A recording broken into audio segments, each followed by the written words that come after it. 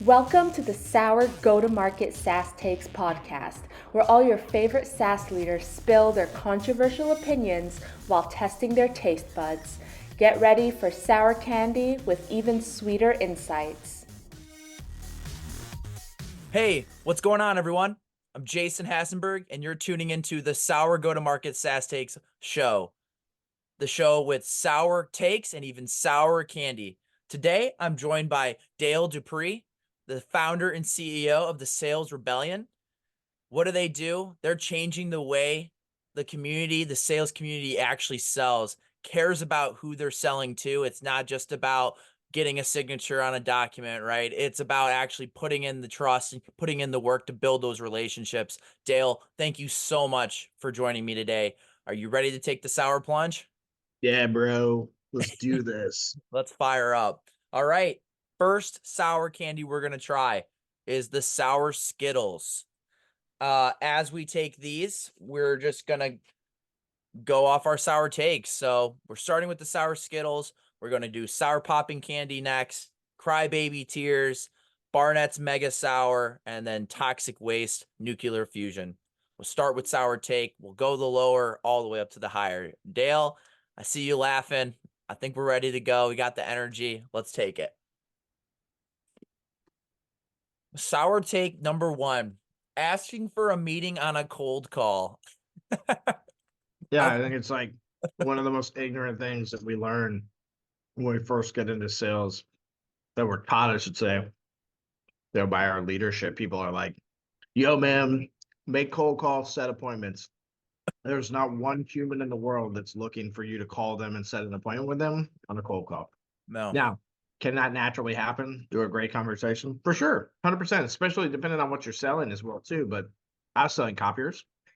So here you got like a 75% chance, I think is the stat, that this person has got 42 months or more left on a contract when you call them. Like those are the stats. So it was like one of those things I look back on and I'm like, man, I hate that I ever asked people for appointments on cold calls. And it is just what it is, right? A lot of people have to suffer through that. By the way, these are delicious. I love the sour Skittles. Yeah, you I'm gotta start so off mad good. that that's the first one because clearly, like, I've done this to some extent, right? Like the Yeah, hot take stuff. So clearly, like, this is not going anywhere good this yeah. point forward. I So had to make it, I had to make it easy for you in the beginning and work your way up. Because if we started on the last tail end, then oh my God. Let me ask you a follow-up question there, Dale. hit me, bro. People who like they're making a cold call. Cold calling's huge right now. What can they do instead of asking for a meeting? Well, cold calling's always been huge. Like Yeah. the only way to grow your business is to go find strange people that you don't know in your network that have a need and are interested in what Yep. you sell. Like that's it. So like everything is cold calling ultimately when it comes to sales and growing your business. But so it's always been a hot take, Yeah. a sour take, if you will, no matter what, right? But right now, I think the problem is that so many people have this expectation that the ICP on the other side of the phone is in their target market, strategically aligned with your business, is going to want to work with you. And the problem is that we dehumanize the process because of that. We take authenticity off the table because of that. And ultimately, we just become these robotic things that are kind of going through the motion. So if somebody has a need for what it is that you're selling at that point in time, they'll most likely listen to you. But like, what do you want an appointment that's a sympathy appointment? Or do you want an appointment that's an impactful appointment that you're setting to change somebody's trajectory in regards to their processes, their internal hardware, whatever it is ultimately that you're selling that they need Yes. help with? And that's the problem. So like a cold call is so tunnel visioned to like, I just need an appointment instead of like, I can help people and incrementally I can do that. Like if I call today and I get no appointment, but I have a great conversation, I get to learn a little bit about this person. They get to know me a little bit better. Even if they say like, hey, I'm just not interested right now. Like that's a great starting point. I have an email that we just popped up on, as an example, Yeah. on my LinkedIn where it's like the C-suite essentially of an $8.7 billion company that you all stop and get gas at when you're on a big trip across the United States. and the person's like, yo, I'm flattered, but I'm not interested. Those are the types of of responses that we want. Like, and here's the thing is that like rebels bet on a first impression. So like a rebel will do, instead of just like making a cold call and asking for an appointment, a rebel will send a crumpled letter in the mail, or in this case to this big Yeah. C-suite person. We send him a book that was written by him that's like the future story of the thing that we can help him fix. And he loved it. He was like, I'm flattered. This is awesome, but I'm just not interested in switching my vendor, right? And Not right man, now, at least, right? that's what we should be working toward and striving toward as salespeople. But we've just dumbed the whole profession down to this like, let's celebrate wins and let's celebrate setting appointments on cold calls. Like, no, y'all are missing that 90% like basketball, all the sports, right? Like Yeah. the best people failed the most, right? Yep. Like we are putting glitter all over the sales profession and Yeah. making it look like something it's not. Well, and it's funny to say that because when you're in that position, like I was making cold calls, and when you're on the sales team, and like when people are like, you just need to make 100 calls a day, or you need to do these certain things, it kind of it makes it so boring. Where you like you wake up, you're like, I'm just making these cold calls, right? Whereas like what you're saying, you let your creativity dig in, and you're sending crinkled papers, and you're actually believing that you're making an impact besides just like, oh, you're another person making 100 calls a day, right? This is the way. It's the way. All right. Sour take number 2. We're going to be trying the sour popping candy now, Dale. Dope.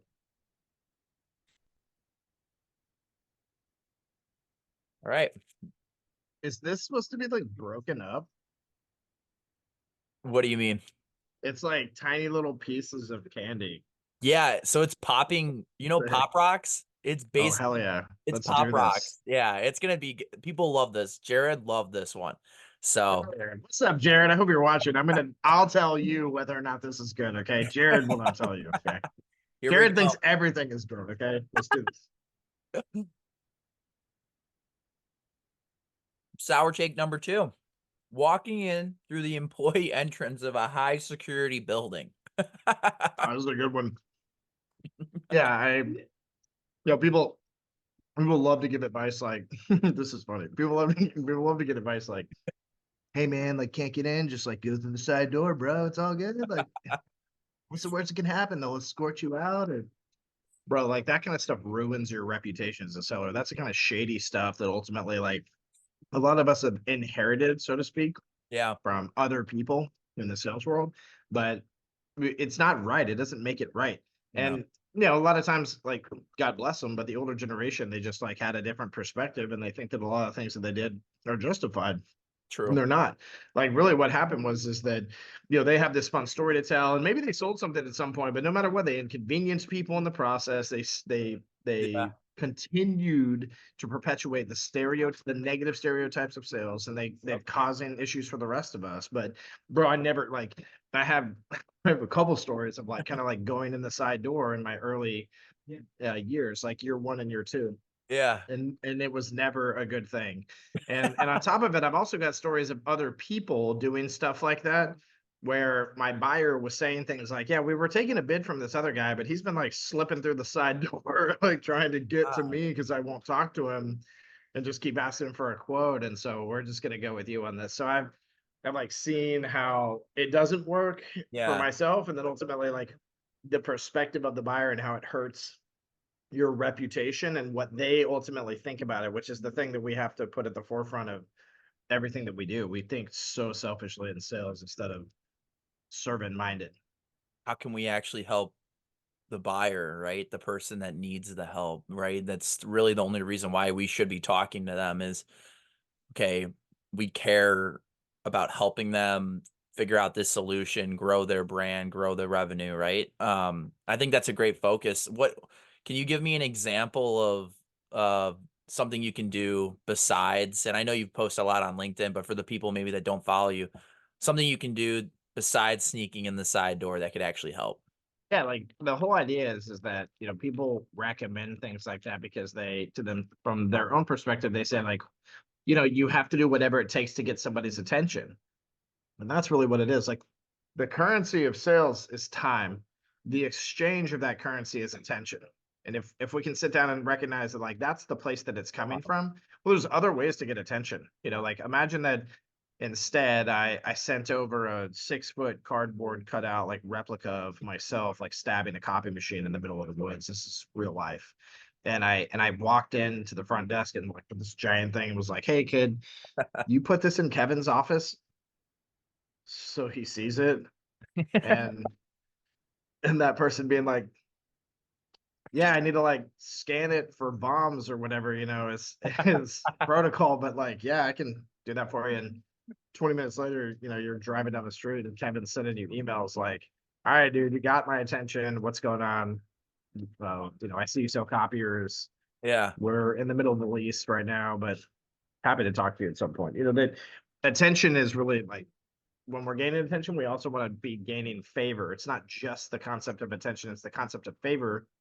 And ultimately, it's the progression of building a better reputation than the other people that you're up against. It's like I have heard nobody talks about this. It's crazy to me. Maybe it just doesn't happen to anybody else because they all sell so transactionally, a bunch of turds. But the problem is that like I never hear something that I've experienced so many times in my life, and even like with other sales reps that we teach, where the buyer calls and it's just like, "Look, clearly you want the business more than everybody else, and so Yeah. we want to give it to you." Like that's a real thing. Yeah. And people that are not making the effort to like expose that or achieve that are missing out and losing inside of the Yeah. sales world. Yeah. And you can do it in a non-creepy way, right? Like Totally. that's I want to trace back to what you were saying a little bit ago about how selfish salespeople can be. And I've had I think countless people who have told me in the past, like, yeah, just salespeople are selfish. That's who we are. Like and I've always pushed back against that, but I'd love to hear your opinion on, do you have to be selfish to succeed in sales? And then, you know, stretch out further than that if something comes up. I, I think that people have to have like a healthy amount of arrogance. So I think there's like some selfishness that kind of like comes into play with that to an extent, Yeah. to some capacity, right? Like but I think that it has to be more of like a self-worth and self-belief thing than it has to be a selfish thing. Yeah. I believe I personally like if you are thinking selfishly, like, and so is your buyer, like, what is that achieving or accomplishing for anybody? It's a thought process. Yeah. But if you're so aware of the selfishness of your buyer and just like how people are naturally or inherently selfish as humans, you can accommodate that selfishness and help yourself figure out whether or not this is a good fit for you. And Mhm. that's also kind of like selfish in nature, right? So like, but a good version of these things where Yeah. like Yeah. Yeah. you're willing to figure out whether or not this is a quality fit for you, as opposed to like saying, "Oh no, this is a $50,000 commission check. I have to win this deal. I'll do whatever it takes." Mhm. Like it's like desperation mixed with selfishness. Okay. So if I want to make $1 million in sales, first off, I have to be a full cycle sales rep. So all of you out there that are not full cycle sales reps, I feel bad for you, son. But the thought process is that I also have to understand that nobody cares as much as me. So if I'm sitting here and I'm thinking that somehow if I just push and pull and go because I want this Yeah. so badly that this other person's going to give it back to me, I'm wrong. So I'm Yeah. like fooling myself in the process. So like selfishness can actually be a weapon that hurts us just as much as it enables us. Because again, I think it should be a healthy amount of arrogance, not selfishness. Oh, okay. Yeah, that's a really good take there, because like when you need some sort of arrogance to just pick up the phone and do these different types of tactics, right? And to believe that you're going to make a difference, but at the same time you need to come from an angle of you're trying to help the person, and and I've always had people tell me, like, I'd rather you tell me that the solution that you're selling isn't for me than try to bait me into something and try to buy your service, even though you know I'm gonna churn in 3 months. I can totally get behind that. I've watched so many times in my life, I've watched people fall victim to this concept. And in the process, they think that somehow like they're doing themselves a favor, but ultimately like this is a long game play. Sales right? It's a long game play. Everyone playing the short game, even if you win in the midst of like doing what you're talking about, right? If you win that sale, I promise you, you'll lose it the next time around, period. Yeah. Right? Just Yep. again, just based off of like the idea that like being overly committed, if you will, to something will cause you to like paint false narratives, create moments that you can't back up with action, and ultimately you become a false prophet, right, in the process, which is it's like 90% of salespeople, right? It's everybody hates salespeople. Yeah, they do. Even salespeople hate salespeople. I Yeah. see them on LinkedIn all the time talking smack about each other, Yeah. So it's everybody. Everybody hates salespeople. So we have to start to beat those negative stereotypes. The only way to do this is have really intense conversations about the way that we act and how we treat people and what it is ultimately that we're trying to achieve Yeah. on a daily basis and getting our mindset into the right place, throughout all this.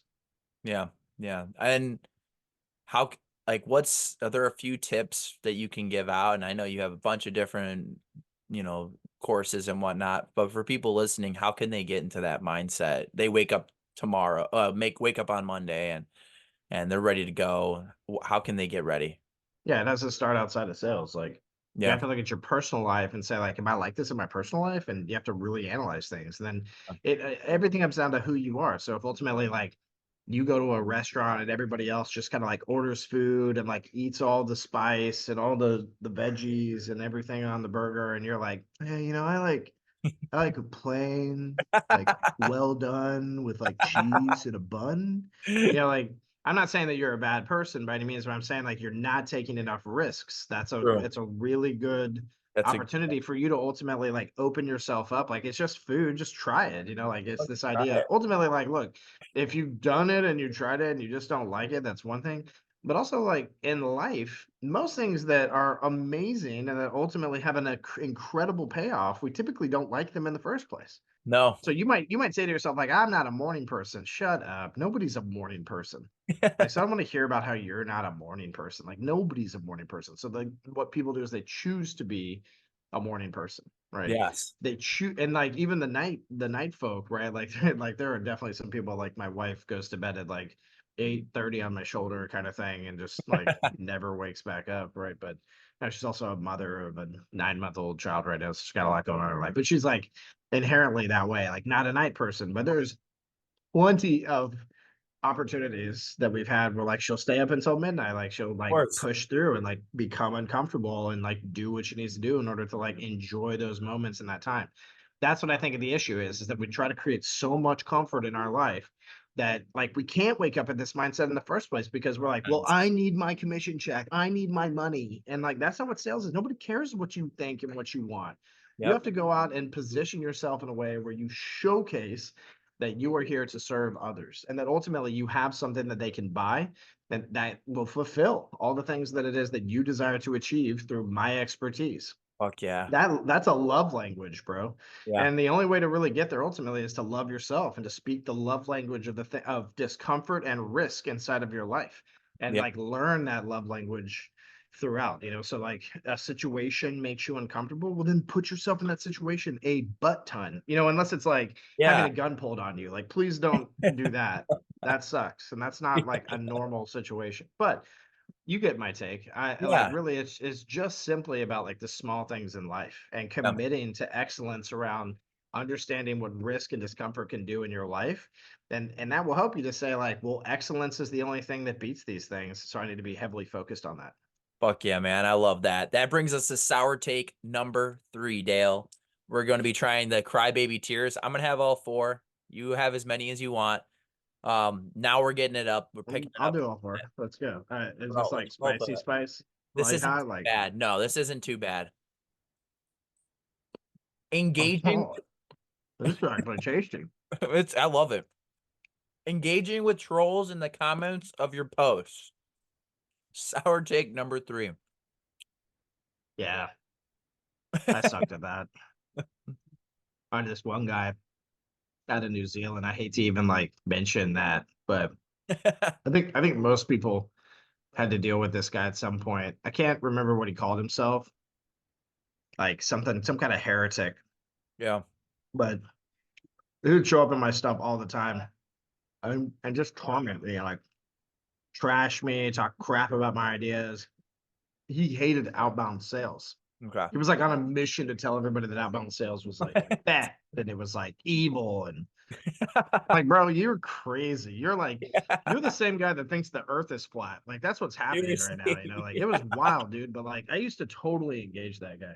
He's He camping out got in the deep, he got backyard. deep in my head at one point for sure, where I was like, man, like maybe I'm wrong, or like, Yeah. how can I get this guy to think different? And then I like woke up one day and after a solid couple weeks of him just like trolling the shit out of me, and I woke up one day and was like, oh, I get it. I give him attention and he feeds off that stuff. Like he loves this. So I had to figure that out the hard way. Obviously, like not all of us are like versed in the internet and social media. Like, yeah, I started posting, all of a sudden my stuff is blowing up. All of a sudden I've gone from 700, 500 followers to 7,000 followers in like 60 days. Yep. And then all of a sudden I'm a couple of years later, I'm at 25,000 followers. Nuts. All of a sudden I'm at 70,000 followers, and like it's a slow build, right? Ultimately what I've created, but my content has gotten, year one I got 24 million views, year two I got 34 million views. Like, Right. I mean, my content's been crazy, right? So it attracts the nuttiest people. Like there was one time there was a guy going through my comments, leaving comments for other people going, he's lying, this is a fake story, he just wants you to buy his book. And I didn't have a book, dude. I didn't even have a book. That's some copier still at that point. It was like, you're into my copier life. This thing gets like, oh yeah, tastier, I should say, as you go. I like hot and sour stuff, so like you'll wait till easy next for me. one. I think the next one you'll be ready. What's your advice? I know this one. For having, because there's a lot of content creators now. Like, what's your advice for them who have, these trolls in their lives or dealing Bro, with? is this simple? Okay, there's two things you can do. One is that you can just like love them, and two, you can ignore them. And like, so I choose to love them for the most part. You know what I ignore? If you ever go in my comments and you see me consistently ignore somebody, there's somebody's out there's gonna go and like check. If I consistently ignore somebody pretty well, or I kind of leave like snarky comments, like where I acknowledge them, but I'm just it's like, okay, is the only word I put.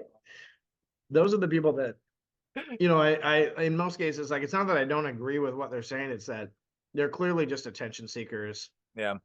Or I know something about them that nobody knows. And what I mean by that is that because of my circles and like what we do at the Rebellion, people come to us and tell us the stories of how they got fired, who fired them. I know all of you fools out there that are watching this right now. I know your names. You're dirt. I have a list of them. I love it. Yeah, and they try very hard to like cover their stuff up, but they're scumbags.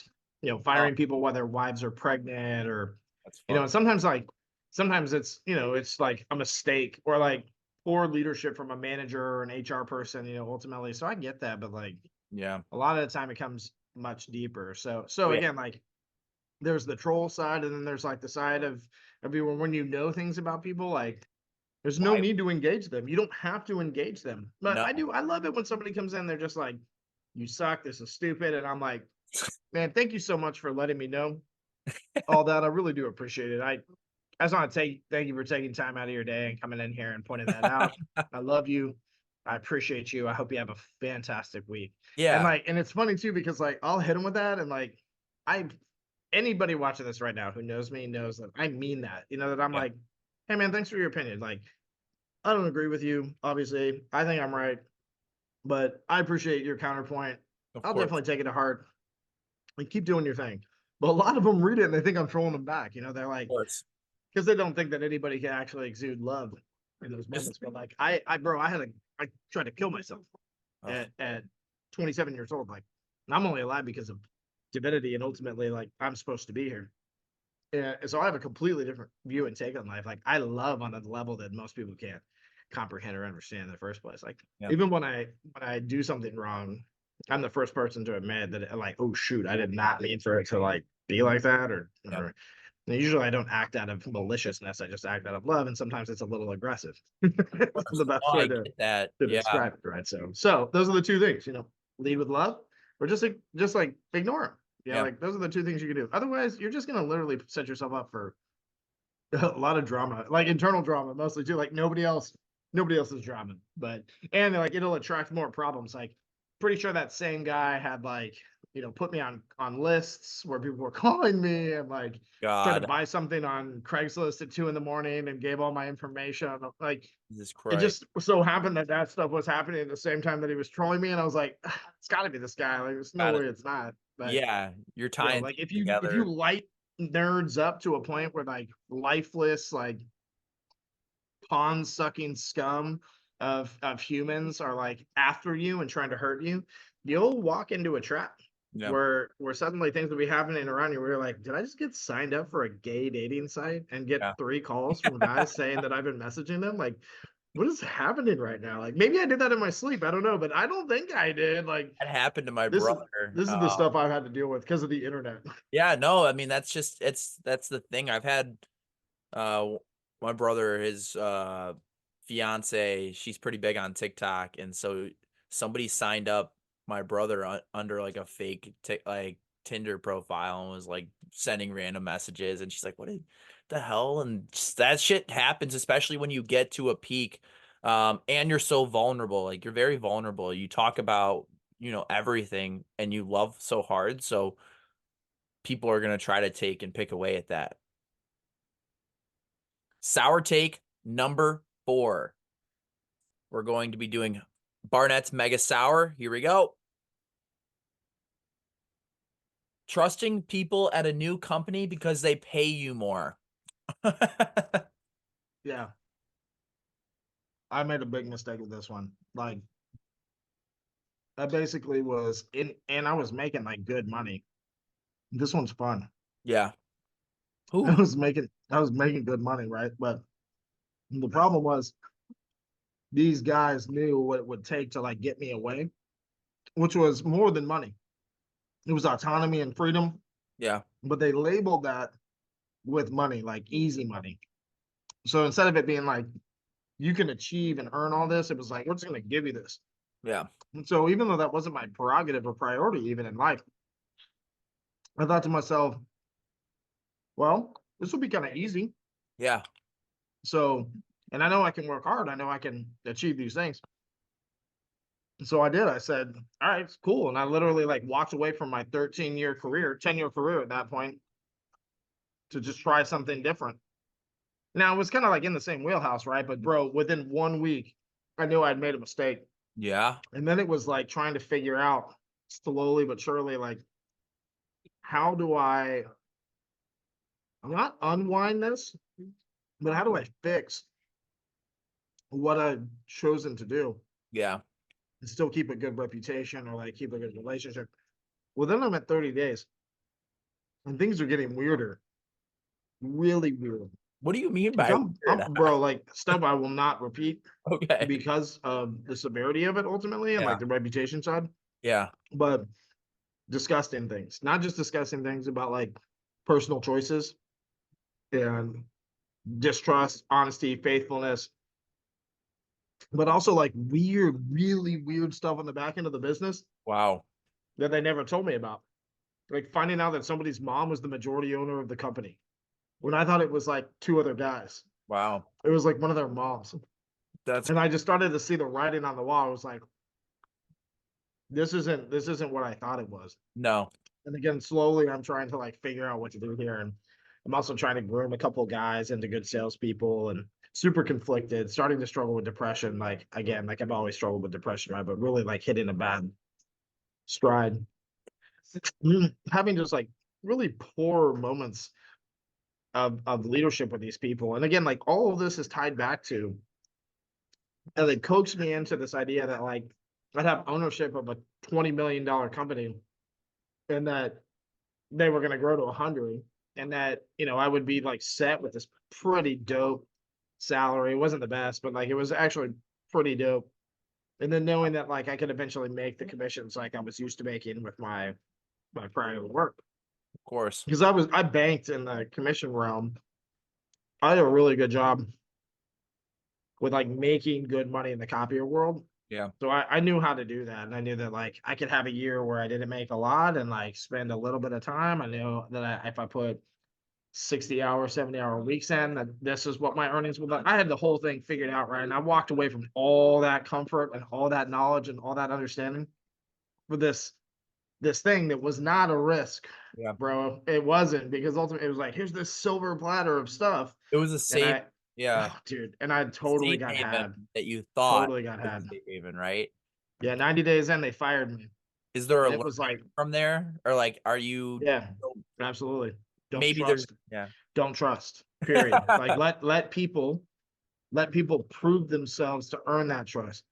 And if they take it away on their own accord, like through their own actions, that's so be it. That's their thing. And just accept that. But like until you can really ultimately like have seen somebody through action giving you that olive branch of trust, yeah, just don't. It's yeah, as simple as that. Instead, just like remember to look at people as inherently good so that you're not like jaded or posturing yourself in a way that's like standoffish or, of course. but you be careful about the trust that you give away. Like trust is like my spouse and I have been together for 21 years. I trust her with any information about anything. I trust her to do anything that I ask. She does the same with me. That's trust. Yeah. You're not gonna get that from a guy you met 6 months ago Yeah. offering you a job. Yeah. Yeah, you're completely right. I sometimes get into that, like I fool myself, right? And I think there's other people that too are like, oh, they care about me so much. They've messaged me on LinkedIn 6 times, like whereas like maybe they care a little bit, but like if you dropped off the face of earth, if you didn't use LinkedIn the next day, would they pick up, do they know you well enough that they have your phone number? I think that's a good, cue there. Yeah, that's a good point. I totally agree with that. Yeah. All right. Sour take number 5, Dale. It's the Toxic blue pill. waste. Here we go. 1, What are 2, those? 3. What are Saying those? why when someone tells you What are they're these? not interested in a cold call. Do we got a guest? Come here. Show. Say hi. You don't want to try these. These are not candies. This is like super sour stuff. I promise you, you don't want to try any of this. You'll hate me. All right, say it one more time because this one hits too. And Yeah, by it the way, does. for your listeners, I just want y'all to know that Jason went to like he found the most like backwoods um flea market you could possibly find and bought this thing. I mean, this is like from a guy that's like 1,000 years old in the corner with like weird shrubs and the long beard. And he's like, "Hey, come here. I got something for you." Like, this is disgusting. This is like eating hot sauce that's called like da bomb or whatever, like It's this is like Hagrid, man, from Harry was this Potter. This is tastes something Hagrid disgusting. would have in his shop. I hate this. All right, what's my sour take? Saying why when someone tells you they're not interested on a cold call. A long time ago, I was making mass dials. Somebody, it was like the 14th person that was like, not interested. This has a banana taste to it too, ladies and gentlemen. That's kind of an interesting little twist that just happened. So I'm sitting here on the other side, like I've heard 30 people say not interested over in the course of the last couple of days, right? And so and like for the most part, I had all these stupid tricks and moves and it was garbage that everybody teaches. Yeah, I found that like staying away from that stuff helps you win so much better. Yeah. But at the time, I was like, well, I can never get like another word in fast enough. And people hear me start asking a question and they're like, yeah, you heard me, and like hang up. So I just go, why? And dude, I thought like, cool, I'll get this in quick. And I was just like, ask why. Bro, you would thought that I just asked this person for like their daughter's, hand in marriage, like as a complete stranger, and to just like come pick her up today. Like he was so like offended, and ultimately he was so aggressive Yeah. after that question. He was like, "You want to know why?" Like, bro, he blew up on me. And what's funny is, so I learned from that immediately. There was this kid that called me. I don't know, I want to say a couple months ago, about 3 or 4 months ago, and he's like, "Yo, is so and so over at whatever company?" And you know what I love about these companies? They come at you so hard, bro, fast and furious. These startups, and they're gone in 6 months, dude. They're literally like they're just gone. They hit your email every day. They call you, and then all of a sudden they're just like, "Oh, we ran out of money," and they're gone. Well, I wonder why. Yeah. But anyway, he's saying all this stuff, and I'm like, "Who are you?" And he goes, "Oh, I'm this person, and I work over here, and I'm calling because you're a coach, and this, that, and the other." And I was like, "Yeah, man, I literally wouldn't be interested in anything that you're talking about." Homie goes, "Why?" Like real, like. I mean, I felt like I was talking to somebody from Mean Girls for a second. Like, Oh God. why? Oh. Why? And I said, "Why?" Like I mirrored him, Yeah. and he goes, "Yeah, why?" Instead of like That's why. taking a moment to change his question, right? Yeah, why? And I said, "Homie, I'm gonna teach you something real quick. When your mom tells you, hey, you can't do this, and you say why, she smacks you on the butt and Yeah. grounds you for a week. Yeah. So send me your address. I'll grab a spoon and I'll head down to your place as soon as I can, and I'll take care of that for us." And this dude, I'm telling you, this dude was like speechless. And then I just heard him hang up. It's so funny. If I'm him Yeah. hanging up the phone and I'm like taking notes, but he probably was just fired up. That's so funny, man. I think he called me back again because it sounded like him again, like a couple weeks later. But hung up even faster that time. It's almost like he forgot who I was, and then he remembered and was like, "Oh, sure," and got off the phone. What do you say instead?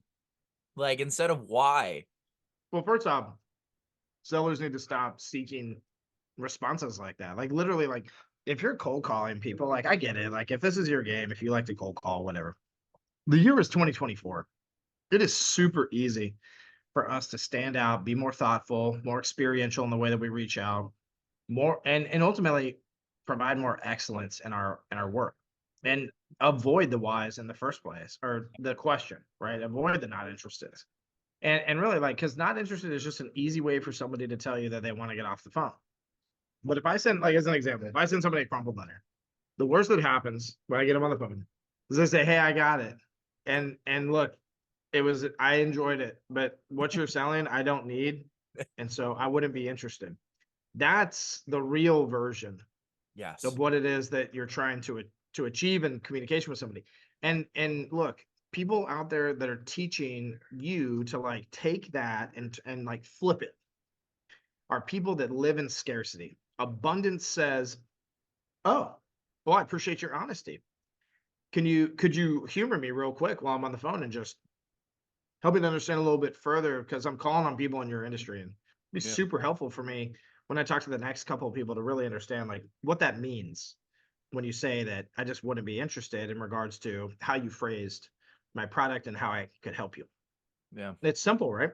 Yeah, it It's is. so much different than saying why too. And really, like, if we make a good first impression with people through like a mailer or a dope experience that we give, everything changes. Because when they get to that objection portion, they say it differently, just like you can say it differently, and you can have a better conversation with people. Yeah. So, like, but the problem is that sellers will keep doing the same thing, expecting a different result. We'll live through the definition of insanity in 2024 just the same. People will get fired left and right. Companies will start automating everything because they're like, these people suck. And it's their problem and their fault in the first place, because they're the Yep. ones teaching them or buying these stupid courses for them to learn this dumb stuff in the first place. So, That's what's the road's going down, man. It's a little scary to see. I mean, but the people who continue to be rebels, I think, are going to be the ones who stand out, right? Right. So to wrap this whole thing up, we completed all 5 sour takes, Dale. What would be your summary to the readers here? Maybe the most important thing that you've highlighted or summarizes the whole show. I think that like most of our conversation has been based, like for me, it's been based around this idea that like there's a lot of things in sales that we're told to do that really aren't there. There's no reason why we're doing them. Kind of the bottom line. Yeah. There's literally no reason why we're doing them. And really, like, I think we should sit back and think about those things and ask ourselves, like, is this something that makes sense for me to be doing in the first place? Is it challenging the status quo, or am I just living within it? Is it creating a narrative that serves my buyer and it tells the future state of what it is that our relationship looks like when it comes to how I help them with my product or service? Or is it just defining a selfish, deeper, more selfish mentality around like what I want out of my sales career, which Yeah. leads to nothing. Sales is the long game. And I think 90% of what we talked about today is how to lose in the short term. Yeah. And Yeah. ultimately, how to lean Coach for into playing the long game and having more success. Where can the viewers here find you?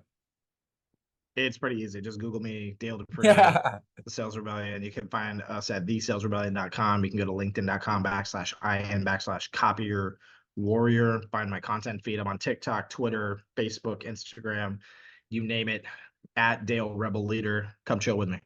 Love it. Dale, thank you so much for joining the show today. For everybody who's watching, make sure to go and follow Dale. If you want to hit subscribe, please hit subscribe on our video. Dale, it's been a pleasure getting to know you. And I'm happy we had a guest, Tim, on, your son, it looked like, so that's awesome. And I hope you have a great rest of your day. Cheers, Jason. Appreciate the time, man. See you later, man. Thanks for listening to the Sour Go-to-Market SaaS Takes podcast, sponsored by Sales Intel, TAC, The Juice, Rev Genius, and Hockey Stack. More bite-sized content is available on our LinkedIn, YouTube, TikTok, and Instagram.